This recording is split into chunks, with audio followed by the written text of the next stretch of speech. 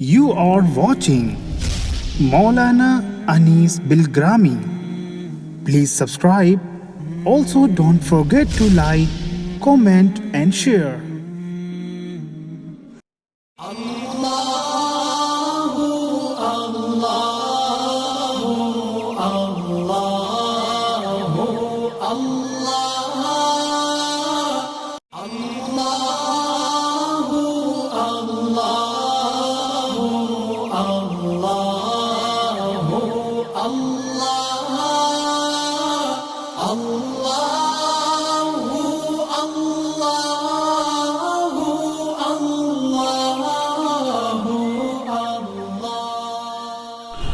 بسم الله الرحمن الرحيم الحمد لله رب العالمين والصلاة والسلام على سيد المرسلين وعلى آله وأصحابه وأزواجه وذرياته وأهل بيته أجمعين أما بعد أعوذ بالله من الشيطان الرجيم بسم الله الرحمن الرحيم قل هو الله أحد اللہ الصمد لم یلد ولم یولد ولم یکن لہ کفوا احد۔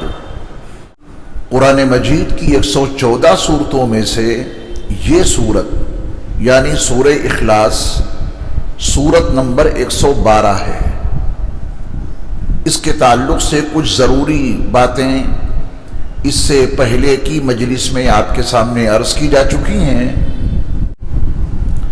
آج اس سورت کے الفاظ اور اس کے معنی سمجھنا بھی ہے اور یاد بھی کرنا ہے انشاءاللہ۔ اس سورت کا جو سب سے پہلا کلمہ ہے، سب سے پہلا لفظ وہ ہے قل۔ اس کا ترجمہ ہے آپ کہہ دیجئے۔ کیا ترجمہ ہے اس کا؟ آپ کہہ دیجئے۔ اور جہاں کہیں قرآن مجید میں آپ کو یہ لفظ نظر آئے وہاں آپ ترجمہ کر لیجئے گا آپ کہہ دیجئے۔ قل جہاں بھی آئے قرآن مجید میں اس کا ترجمہ آپ یاد رکھیں گے۔ کیا ترجمہ کریں گے اس کا؟ آپ کہہ دیجئے۔ اللہ اپنے نبی سے کہہ رہے ہیں قل میرے محبوب نبی آپ کہہ دیجئے۔ کہیے ایک مرتبہ اور قل۔ ترجمہ آپ بتائیں اس کا۔ یہ ترجمہ یہی اس کا ہوگا یا پورے قرآن مجید میں پوری عربی زبان میں پورے عربی لٹریچر میں جہاں کہیں بھی قل آئے گا اس کا ترجمہ آپ کیا کریں گے؟ اب آپ جب تلاوت کریں قرآن مجید کی اور کہیں بھی آپ کو یہ دکھ جائے جیسے کہ اس کے بعد کی 2 سورتیں ہیں ان دونوں کا آغاز اسی لفظ سے ہو رہا ہے قل اعوذ برب الفلق، ٹھیک ہے، 113 نمبر کی سورت ہے، تو اس میں ہمیں بتانا پڑے گا قل کا ترجمہ کیا ہے، یا آج کی مجلس فہم قرآن میں آپ نے قل کا ترجمہ سمجھ لیا تو سورت نمبر 113 میں جو آیا ہے قل اس کا ترجمہ آپ خود کر لیں گے۔ سورت نمبر 114 جو قرآن مجید کی آخری سورت ہے اس کا آغاز بھی لفظ قل سے ہی ہو رہا ہے قل اعوذ برب الناس، تو اس کے پہلے لفظ کا ترجمہ آپ خود کر لیں گے، ہمیں بتانا پڑے گا۔ سورۃ الکافرون اس سے پہلے قل یا ایھا الکافرون، اس کا بھی آغاز لفظ قل سے ہو رہا ہے، اس کا بھی آپ ترجمہ کر لیں گے۔ قرآن مجید کی تلاوت کے دوران جہاں کہیں بھی قل آ جائے اس کا ترجمہ آپ کیا کریں گے؟ آپ کہہ دیجئے۔ یہ قل پڑھتے ہی اللہ تو یاد ضرور آئیں گے کیونکہ اللہ کا کلام ہے، اور قل پڑھتے ہی اللہ کے ساتھ پیارے نبی بھی یاد آئیں گے، پیارے رسول بھی آپ کو یاد آئیں گے، کیونکہ اللہ انہی کو مخاطب بنا کر انہی سے کہلوا رہا ہے قل میرے محبوب نبی آپ کہہ دیجئے۔ تو اللہ کے ساتھ کون یاد آئیں گے؟ رسول،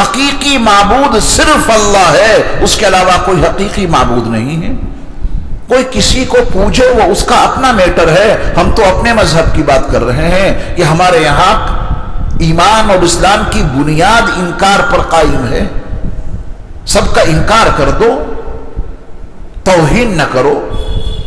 توہین کیوں کریں؟ ہمارے یہاں تو حکم ہے وَلَا تَسُبُّوا الَّذِينَ يَدْعُونَ مِن دُونِ اللَّهِ فَيَسُبُّوا اللَّهَ عَدْوًا بِغَيْرِ عِلْمٍ۔ اللہ کے علاوہ جن کو یہ پکارتے ہیں انہیں برا بھلا مت کہو، وہ ان کا اپنا میٹر ہے۔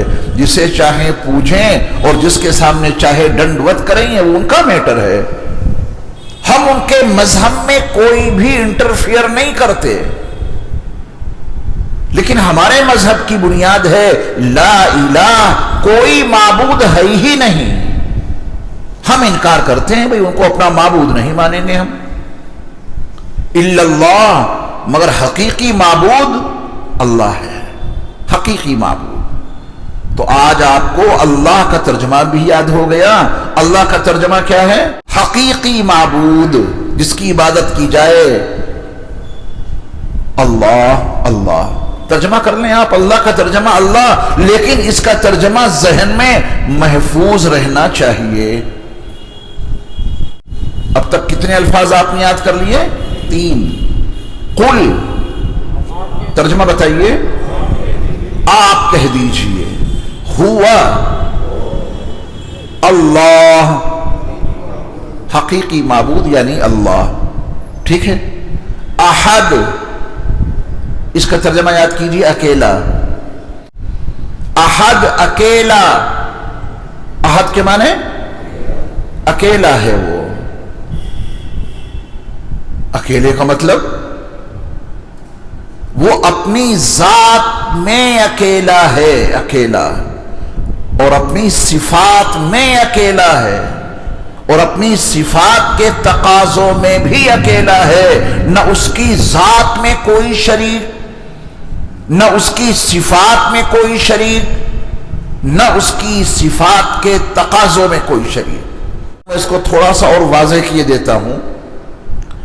دیکھیے جو بیٹا ہوتا ہے، بیٹا وہ باپ کی ذات میں شریک ہوتا ہے۔ بیٹے کی رگوں میں اس کے باپ کا خون گردش کرتا ہے۔ بیٹے کا اگر ڈی این اے ٹیسٹ کرایا جائے تو اس میں باپ ملے گا کہ نہیں ملے گا؟ ملے گا نا۔ بیٹے کا اگر ڈی این اے ٹیسٹ کرایا جائے تو اس میں کون ملے گا؟ باپ۔ باپ بیٹا یہ دونوں مشترک ہوتے ہیں۔ یہ بیٹا اپنے باپ کی ذات میں شریک ہے۔ ہمارا اللہ احد ہے، اس کی ذات میں کوئی شریک نہیں ہے۔ بات واضح ہو گئی اکیلے ہونے کی۔ اس کی صفات میں کوئی شریک نہیں ہے۔ اللہ اللہ، لیکن وہ رحمان ہے، وہ رحیم ہے، وہ رؤوف ہے، وہ جبار ہے، وہ قہار ہے، وہ خالق ہے، وہ رزاق ہے۔ اس کی جتنی صفات ہیں ویسی صفت کسی مخلوق میں نہیں ہے۔ جیسی صفت ہمارے اللہ کی ہے ویسی صفت کسی مخلوق میں ہو ہی نہیں سکتی۔ ہمارے اللہ جیسے رؤوف ہیں، ہمارے اللہ جیسے رحیم ہیں، ہمارے اللہ جیسے رحمان ہیں، ہمارے اللہ جیسے علیم ہیں، ہمارے اللہ جیسے سمیع ہیں۔ ان صفات کے ساتھ کوئی مخلوق ہو ہی نہیں سکتی، کیونکہ ہمارے اللہ اکیلے ہیں، صفات میں کوئی شریک نہیں۔ کوئی آدمی یہ کہے، میں بہت کلیئر آپ کو بتا رہا ہوں کہ فلاں صاحب کو اتنا ہی علم حاصل ہے جتنا اللہ کو حاصل ہے، وہ سب کچھ ہو سکتے ہیں مگر مومن نہیں ہو سکتے، کیونکہ انہوں نے اللہ کی صفات میں شرک کر ڈالا۔ کسی نے کہا کہ فلاں صاحب اتنا ہی سنتے ہیں، نعوذ باللہ من ذالک، جتنا اللہ کو سنائی دیتا ہے۔ وہ سب کچھ ہو سکتا ہے کہنے والا وہ شخص، لیکن وہ مومن نہیں ہو سکتا، کیونکہ مومن بننے کے لیے لازم ہے کہ آپ اللہ کو اکیلا مانیں ہر زاویے سے. وہ اپنی ذات میں بھی اکیلا ہے اور اپنی صفات میں بھی اکیلا ہے. اس جیسا علم کس کو حاصل ہو سکتا ہے؟ سمندر ہیں 7 سمندر. کوئی پرندہ آئے وہ چونچ مارے سمندر پہ اور اپنی چونچ سمندر کے پانی میں لگا کے اٹھا لے تو کچھ نہ کچھ تو پانی اس کی چونچ میں سمندر کا لگے گا. جتنا پانی اس سمندر سے اس کی چونچ پر لگا ہے، بس سمجھیے اس ذرا سے قطرے کی جو نسبت سمندر کے ساتھ ہے وہی ساری مخلوق کے علم کی نسبت اللہ کے علم کی بالمقابل ہے. یہ کیسے کہا جا سکتا ہے کہ اللہ جتنا علیم ہے اتنا ہی فلاں شخص علیم ہے، جاننے والا ہے؟ میں نے عرض کیا کہ وہ سب کچھ ہو سکتا ہے، مومن نہیں ہو سکتا. اللہ اکیلے ہیں اپنی ذات میں بھی اور اللہ اکیلے ہیں اپنی صفات میں بھی. میں نے ایک جملہ اور استعمال کیا، اس کو سمجھ لیجیے قاعدے سے کہ اللہ اکیلے ہیں اپنی صفات کے تقاضوں میں. یہ جملہ تھوڑا مشکل ہے عوام الناس کے لیے. ہمارے سامنے مدرسے کے طلبہ تو ہے نہیں، ہمارے سامنے مسجد کے مقتدی ہیں، دیگر مسجدوں کے ساتھی ہیں. صفات کے تقاضوں میں کوئی شریک نہیں. اس کا مطلب کیا ہے؟ بہت آسان لفظوں میں آپ کو سمجھا دیتا ہوں. ابھی آپ نے نماز پڑھی ظہر کی، یہ نماز کس کے لیے پڑھی؟ اللہ کے لیے. یہ نماز جو ہم نے اور آپ نے اللہ کے لیے پڑھی ہے یہ اس کی صفات کا تقاضا ہے. وہ رحیم ہے، وہ کریم ہے، وہ رزاق ہے، وہ خالق ہے، وہ مالک ہے. تو عبادت پھر اسی کی ہوگی، کسی اور کی نہیں ہوگی. کھلاتا پلاتا وہ ہے. اللہ کی صفات کا جو تقاضا ہے وہ یہ ہے کہ نماز پڑھی جائے تو صرف انہی کے لیے.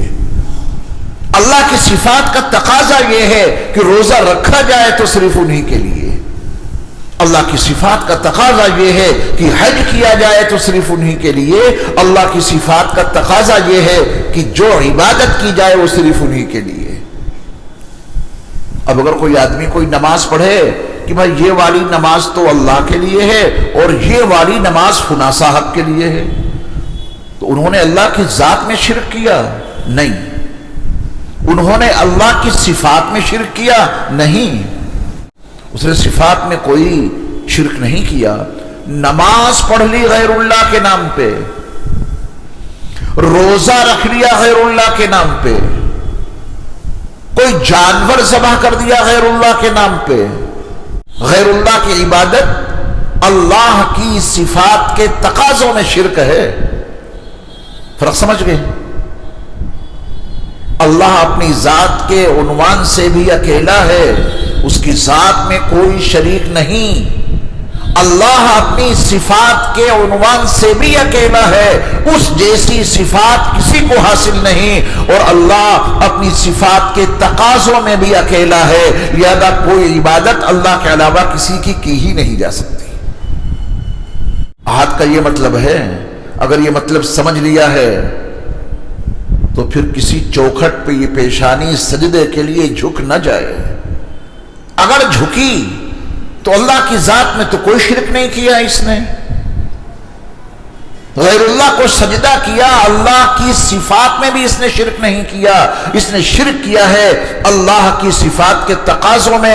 اللہ کی جو صفات ہیں اس کا تقاضا یہ تھا کہ سجدہ ہو تو صرف اللہ کے لیے ہو، اور اس نے غیر اللہ کو سجدہ کر لیا. نماز پڑھی جائے صرف اللہ کے لیے، یہ اللہ کی صفات کا تقاضا ہے، اور اس نے نماز پڑھ لی غیر اللہ کے لیے. کس میں شرک کیا اس نے؟ اللہ کی صفات کے تقاضوں میں.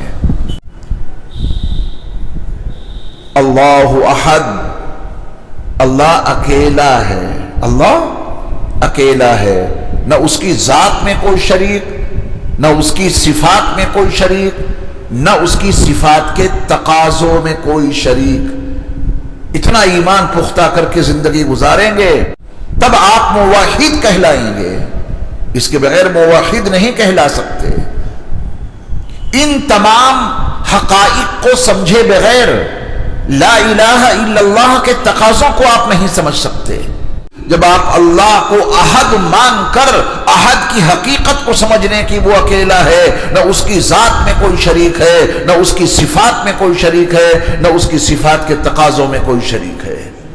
احد ترجمہ بتائیے، اکیلا۔ احد کا ترجمہ اکیلا۔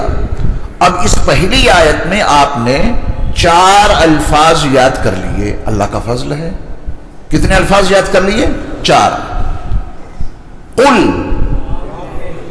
آپ کہہ دیجئے، ہوا، وہ، اللہ، اللہ، مفہوم ذہن میں رکھیے گا، حقیقی معبود، احد، اکیلا۔ اب ہم ملاتے ہیں اس کا ترجمہ۔ آپ نے الگ الگ لفظوں کا ترجمہ یاد کر لیا اور الحمدللہ سنا بھی دیا مجھے سبق۔ اب ملائیے، میں ایک مرتبہ ملا کے ترجمہ کرتا ہوں، پھر آپ بھی کہہ لیجئے گا۔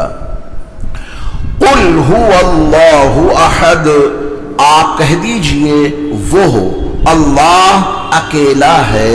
کہیے، کوئی مشکل ہوئی ترجمہ کرنے میں؟ آپ کو کوئی پریشانی لاحق ہوئی؟ جو لفظ پڑھیں اس کا ترجمہ آپ کے دل اور دماغ میں محفوظ رہے۔ قل ہوا اللہ احد، آپ کہہ دیجئے وہ اللہ اکیلا ہے۔ اب میرے کہلائے بغیر سورہ اخلاص کی یہ پہلی آیت، آیت نمبر 1 آپ خود پڑھیں اور خود ہی آپ اس کا ترجمہ کریں بلند آواز سے۔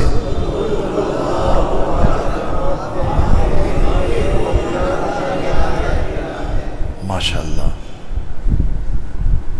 اللہ تعالیٰ کی طرف سے جب کبھی کوئی دینی نعمت حاصل ہو تو اس پہ اللہ کا شکر ادا کرنا چاہیے، اور شکر کے بارے میں قرآن میں لکھا ہے لَإِن شَكَرْتُمْ لَأَزِيدَنَّكُمْ، اگر تم شکر گزاری کرو گے تو ہم اس میں اضافہ کریں گے اس نعمت میں۔ یہ جو آپ نے ایک آیت کا ترجمہ آج یاد کر لیا ہے، یہ اللہ کی بہت بڑی نعمت آپ کو ملی ہے۔ نعمت وہی نہیں کہ آپ دکان سے شام تک 1000 2000 لاکھ 2 لاکھ روپے کما کے لے آئیں، وہ بھی اللہ تعالیٰ کی نعمت ہے۔ نعمت یہی نہیں کہ اچھی غذائیں کھانے کو مل جائیں، نعمت یہی نہیں کہ اولاد مل جائے، نعمت یہی نہیں کہ مکان مل جائے، یہ سب نعمتیں ہیں۔ اس سے بڑی نعمت یہ ہے کہ آپ نے قرآن کی ایک آیت کا ترجمہ یاد کر لیا۔ جب آپ اس کو اللہ کی نعمت کے حوالے سے یاد کر کے اس نعمت پر اللہ کا شکر ادا کریں گے تو اللہ آپ کے لیے ان نعمتوں میں اور اضافہ فرمائیں گے، یعنی مزید قرآن سمجھنے کی توفیق آپ کو ملے گی۔ آیت نمبر 2، اللہ الصمد۔ اس دوسری آیت کا جو پہلا لفظ ہے اللہ، اس کا ترجمہ تو آپ کو یاد ہو گیا۔ قرآن مجید میں جہاں کہیں بھی اب یہ الفاظ آئیں، اب اس کا ترجمہ آپ کر لیجئے گا۔ اللہ، اللہ حقیقی معبود، الصمد بے نیاز۔ الصمد کے معنی؟ الصمد کا ترجمہ معلوم نہیں تھا، ترجمہ بتایا بے نیاز، اور بے نیاز کا بھی ترجمہ نہیں معلوم، تو بات کیسے بنے گی؟ ترجمہ تو ہوا مگر ترجمے کا ترجمہ نہیں معلوم۔ بے نیاز یاد کر لیجئے، اور میں بے نیاز کا ترجمہ آپ کو سمجھا دیتا ہوں تاکہ آپ بے نیاز کو سمجھ سکیں کہ بے نیاز ہونے کا مطلب کیا ہے۔ بہت آسان لفظوں میں آپ کو بتاتا ہوں، بے نیاز وہ ہوتا ہے کہ جسے کسی کی کوئی ضرورت، جسے کسی کی کوئی حاجت نہ ہو، اور سب کو اس کی ضرورت ہو، سب کو اس کی حاجت ہو، یہ ہے بے نیاز۔ اس کی کوئی ضرورت نہیں اور ہم سب کی ضرورت اللہ، یہ ہے بے نیاز ہونے کا مطلب۔ اللہ نے جب یہ کائنات بنائی نہیں تھی، جب بھی وہ اللہ تھے، بنا دی جب بھی وہ اللہ ہیں، اور جب یہ کائنات نہیں رہے گی جب بھی وہ اللہ ہیں۔ انہیں کسی کی کوئی ضرورت نہیں، ہمیں اور آپ کو ہر لمحہ ہر آن ان کی ضرورت ہے۔ اتنی ضرورت ہے کہ ان کی ربوبیت اگر ہماری آنکھوں میں شامل حال نہ ہو تو یہ آنکھیں پتھرا جائیں گی، کچھ بھی نظر نہیں آئے گا۔ ان کی ربوبیت ایک آن کے لیے کانوں سے ختم ہو جائے، یہ کان بہرے ہو جائیں گے، قوت سماعت ختم ہو جائے گی۔ ان کی ربوبیت ایک لمحے کے لیے پہلو میں دھڑکتے ہوئے دل سے ہٹ جائے، یہ ہمیشہ کے لیے خاموش ہو جائے گا۔ ان کی ربوبیت رگوں میں دوڑتے ہوئے خون سے ایک لمحے کے لیے ہٹ جائے تو یہ انسان کا خون پانی میں تبدیل ہو جائے گا اور اس کا وجود ختم ہو جائے گا۔ ہر آن ہر لمحہ ہمیں اور آپ کو ان کی ضرورت ہے۔ جس زمین پہ چلتے ہیں یہ انہی کی تو بنائی ہوئی ہے، تو ہمیں اور آپ کو ہر لمحہ ان کی ضرورت ہے، ہر کام میں ان کی ضرورت ہے۔ یہ زبان بول رہی ہے تو صرف ان کے حکم سے، یہ زبان کام کر رہی ہے تو صرف ان کی عطا سے۔ کون سا دنیا میں ایسا کام یا کون سی ایسی چیز آپ دنیا میں دکھا سکتے ہیں جس میں ہمیں اور آپ کو ان کی ضرورت نہ ہو؟ ہماری اور آپ کی بھی کیا نعوذ باللہ من ذالک انہیں کوئی ضرورت ہے؟ یہ ہے بے نیاز ہونا۔ اللہ الصمد، اللہ بے نیاز ہے۔ اب بے نیاز کا مطلب میں نے آپ کو سمجھا دیا، انہیں کسی کی ضرورت نہیں، ساری کائنات کو ساری مخلوق کو ان کی ضرورت ہے۔ سمندر میں مچھلیوں کو ان کی ضرورت ہے، وہی پیدا کرتے ہیں، وہی انہیں کھلاتے پلاتے ہیں۔ فضاؤں میں اڑنے والے پرندوں کو ان کی ضرورت ہے، انہوں نے ان کو پیدا کیا ہے، قوت پرواز انہوں نے عطا کی ہے، غذائیں وہی عطا کرتے ہیں۔ کائنات کے ہر حصے کو اور ہمیں اور آپ کو اور ساری مخلوق کو ان کی ضرورت ہے۔ ان کی مدد شامل حال نہ ہو تو ہمارا کوئی مسئلہ حل نہیں ہو سکتا۔ ہم اور آپ نماز نہ پڑھیں، روزے نہ رکھیں، زکوٰۃ نہ دیں، بغاوت پر آمادہ ہو جائیں، سرکشی پہ آمادہ ہو جائیں تو کیا ان کی شان میں کوئی کمی آ جائے گی؟ انہیں ہماری اور آپ کی کوئی ضرورت نہیں ہے، وہ بے نیاز ہیں۔ اللہ الصمد، اللہ بے نیاز ہے، اور بے نیاز کا ترجمہ میں نے آپ کو سمجھا دیا۔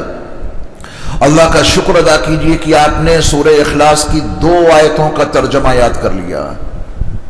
آیت نمبر 1 پڑھیے، اس کا ترجمہ کیجئے بلند آواز سے۔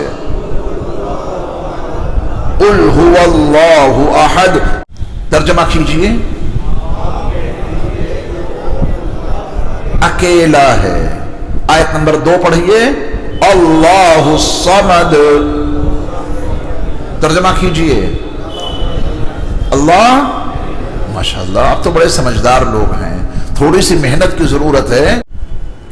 آیت نمبر 3، لم یلد ولم یولد، اس آیت میں لم یلد،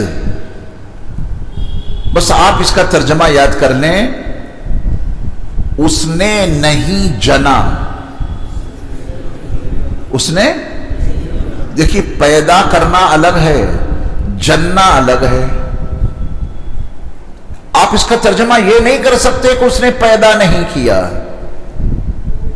پیدا تو اسی نے سب کو کیا ہے، خالق وہی ہے سب کا، جننا الگ ہے۔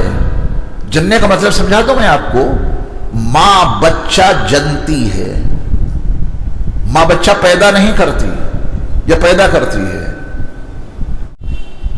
پیدا کرنے والی ہوتی ہے ماں یا جننے والی؟ ماں کے رحم میں 3 تاریکیوں میں وہ کون ہے جس نے اس بچے کو تقریباً 9 مہینے میں تیار کیا ہے بغیر مٹیریل کے؟ اس پہ غور کیجیے، بغیر مٹیریل کے لفظ یاد رکھیے گا، تب اللہ سمجھ میں آئیں گے کہ اللہ خالق ہیں۔ حمل ٹھہرنے کے بعد ماں کے رحم میں 3 تاریکیوں میں بغیر مٹیریل کے کس نے بنا دیا ہمیں اور آپ کو؟ یہ پتھر کے دانت کدھر سے سپلائی ہوئے ہیں؟ راستہ تو چاروں طرف سے بند۔ یہ بال کدھر سے داخل ہوئے؟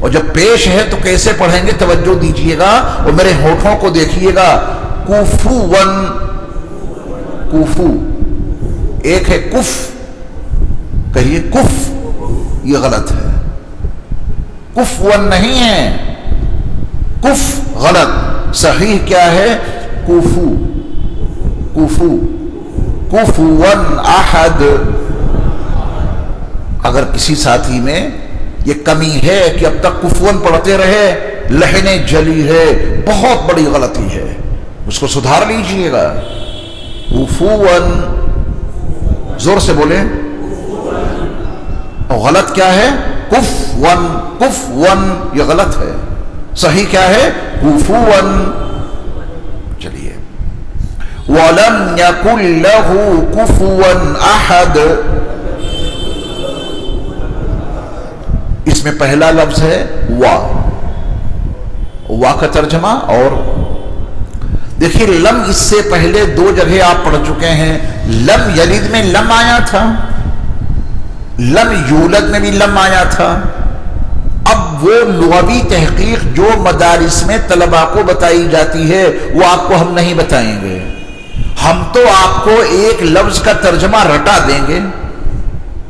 تو لم کا ترجمہ فی الحال آپ یاد کر لیں. نہیں، لم کے معنی نہیں. لم یلد اس نے نہیں جنا، لم یلد نہیں جنا اس نے. آپ ایسے ترجمہ یاد کریں. لم یلد نہیں جنا اس نے. ترتیب سے یاد کریں گے تو یہ ترجمہ یاد کر لیجئے. لم کے معنی نہیں، یلد جنا اس نے. لم یلد نہیں جنا اس نے. وا اور لم یولد نہیں جنا گیا وہ. نہیں کس کا ترجمہ کر رہے ہیں آپ؟ لم کا. تو آیت نمبر 4 میں پہلا لفظ آیا وا، وا کے معنی، اور پھر آیا لم. تو لم کا ترجمہ کر دیں آپ نہیں. یکن، لم یکن نہیں ہے، لم یکن نہیں ہے. وَلَمْ يَكُنْ اور نہیں ہے. کہیے وَلَمْ يَكُنْ اور نہیں ہے. لم کا ترجمہ نہیں. وَلَمْ يَكُنْ، یہ یکن میں بھی الگ پڑھ رہا ہوں. پھر جب ملائیں گے تو لام میں ملنے کی وجہ سے نون کی آواز نہیں نکلے گی، نون کی آواز غائب ہو جائے گی. تو لم یکن کا ترجمہ کیا ہوا؟ نہیں ہے. وَلَمْ يَكُنْ اور نہیں ہے. لہو اس کا، لہو کے معنی اس کا، اس کے لیے. جہاں کہیں بھی قرآن مجید میں لہو آ جائے آپ کی تلاوت کے دوران تو آپ اس کا ترجمہ کیجئے گا اس کے لیے، اس کا. لہو ما فی السماوات و ما فی الارض. یہاں پہ لہو آیا، لہو الملک. لہو جہاں کہیں بھی آئے اس کے لیے، اس کی، اس کا، ایسے ترجمہ ہوگا. اردو زبان کا جو تقاضا ہو. بنیادی طور پہ آپ لہو کا ترجمہ کیا یاد کریں گے؟ اس کا، اس کے لیے. پھر جیسا موقع ہوگا ویسے ترجمہ ہو جائے گا. لہو کا ترجمہ اس کے لیے یا اس کا یا اس کے. مفہوم تو ایک ہی ہے، الفاظ ہماری اردو زبان کے لحاظ سے بدل رہے ہیں. تو یہاں پہ آپ ترجمہ یاد کر لیں اس کا. وَلَمْ يَكُنْ اور نہیں ہے. لہو اس کا. کفواً ہمسر. اب یہ بھی ترجمہ ایسا ہو گیا کہ کفواً کا ترجمہ ہمسر اور ہمسر کا ترجمہ بولے ہمیں کیا پتا. کئی ترجمے ایسے ہیں اردو نہ جاننے کے نتیجے میں ترجمے کا ترجمہ نہیں معلوم ہوتا تو پھر وہ ترجمہ ہو ہی نہیں پاتا. ہمسر یہ فارسی زبان کا لفظ ہے، یہ سر ہے. ہم سر، سر برابر ہوں. دو آدمی آپ نے کھڑے کیے اور دونوں کی ہائٹ بالکل برابر ہے، وہ کیا ہو گئے؟ ہم سر. دونوں کا سر اونچائی میں بالکل برابر ہے. یہ اس کا لفظی ترجمہ ہو گیا. ہم سر کے معنی برابر، برابری کرنے والا. دو لوگوں کو آپ نے کھڑا کیا اور ان کے سروں کی ہائٹ، ان کے سروں کی اونچائی بالکل برابر ہے، وہ دونوں کیا کہلائیں گے؟ ہمسر۔ یہ اس کا لفظی ترجمہ میں نے آپ کو بتایا۔ اب آپ اس کو اپنی زبان میں سمجھنے کے لیے برابر کہہ لیں، وَلَمْ يَكُنْ لَهُ كُفُوًا، اور نہیں ہے اس کا ہمسر۔ کہیے ہمسر یعنی برابر۔ کوئی ہے جو اس کی ذات میں اس کی برابری کر سکے؟ کوئی ہے جو اس کی صفات میں اس کی برابری کر سکے؟ کوئی ہے جو اس کی صفات کے تقاضوں میں اس کی برابری کر سکے؟ کوئی نہیں جو اس کی ذات میں اس کی برابری کر سکے، کوئی نہیں جو اس کی صفات میں اس کی برابری کر سکے، اور کوئی نہیں جو اس کی صفات کے تقاضوں میں اس کی برابری کر سکے۔ اس کی برابری کرنے والا اس کا ہمسر کوئی ہے ہی نہیں۔ یہ عقیدے مضبوط ہوں گے، اس سے معلوم ہوگا کہ ہمارے اللہ کون ہیں جن کے لیے ہم عبادت کرتے ہیں۔ وَلَمْ يَكُنْ لَهُ كُفُوًا، اور نہیں ہے اس کا ہمسر۔ کہیے ہمسر۔ احد، احد کا ترجمہ یہاں پر کیا کریں گے؟ کوئی۔ جب احد کا ترجمہ آپ نے کر لیا کوئی، تو اب اس پوری آیت کا ترجمہ بتائیے۔ وَلَمْ يَكُنْ لَهُ كُفُوًا أَحَدٌ، اور نہیں ہے اس کا ہمسر کوئی۔ کوئی احد آیا لاسٹ میں، کوئی ترجمہ ہوگا یہاں پر۔ کوئی نہیں جو اس کی برابری کرنے والا ہو، کوئی نہیں جو اس کی ہمسری کرنے والا ہو، اس کے برابر کوئی ہو ہی نہیں سکتا۔ آخری آیت کو پھر سے پڑھ کے مجھے ترجمہ بتائیے۔ وَلَمْ يَكُنْ لَهُ كُفُوًا أَحَدٌ، ترجمہ اور نہیں ہے اس کا ہمسر کوئی۔ وَلَمْ يَكُنْ لَهُ كُفُوًا أَحَدٌ، اب ترجمہ کیجئے، اور نہیں ہے اس کا ہمسر کوئی۔ آپ مجھے بتائیں یہ قرآن مشکل ہے یا آسان؟ اتنے آسان کام کو اپنی زندگی کے طویل ترین حصے میں ہم چھوڑتے چلے آئے۔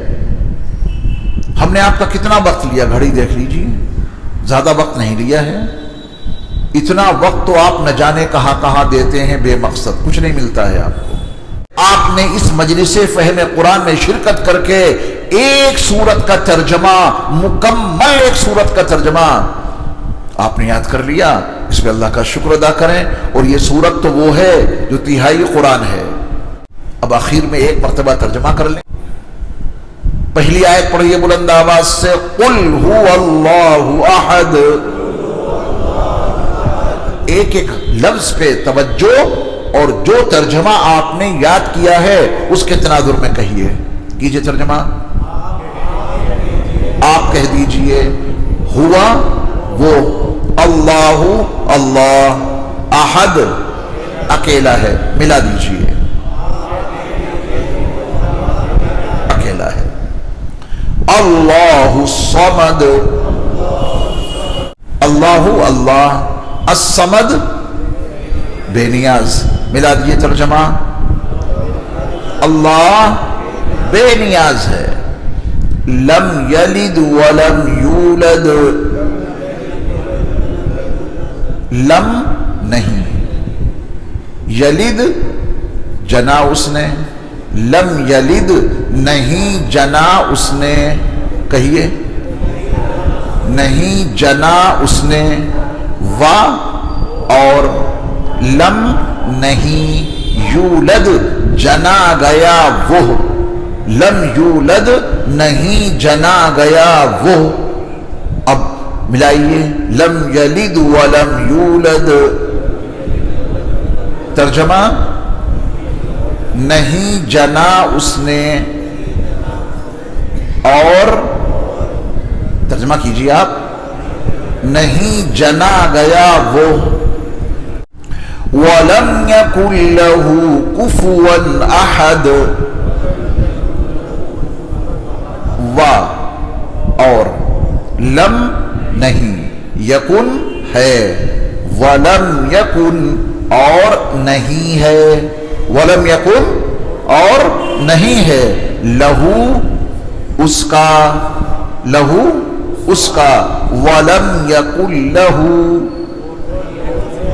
ماشاءاللہ اور نہیں ہے اس کا کفواً ہمسر احد کوئی وَلَمْ يَكُنْ لَهُ كُفُوًا أَحَدٌ اور نہیں ہے اس کا ہمسر کوئی. سورت مکمل ہو گئی. اب اس سورت کو محفوظ رکھنے کے لیے ما ترجمہ اس سورت کو ما ترجمہ یاد رکھنے کے لیے آپ کی ذمہ داری یہ ہے کہ اس سورت کو پڑھیں, جب بھی پڑھیں ترجمے کے ساتھ, نماز میں پڑھیں تو ترجمے کے ذہن میں محفوظ رکھنے کے ساتھ. پھر آپ دیکھیے نماز میں آپ کا کتنا دل لگتا ہے. یہ شکایتیں آنی بند ہو جائیں گی کہ امام صاحب نماز میں دل نہیں لگتا. یہ شکایتیں آنی بند ہو جائیں گی کہ امام صاحب جب نماز پڑھتے ہیں تو وسوسے بہت آتے ہیں, ذہن یہاں وہاں بہت بھاگتا ہے. اس کا علاج کوئی تعویذ نہیں ہے. اس کا علاج یہ ہے کہ نماز میں جو کچھ پڑھتے ہیں وہ سمجھ کے پڑھیے, ذہن حاضر رہے گا. اللہ ہم سب کو عمل کی توفیق عطا فرمائے.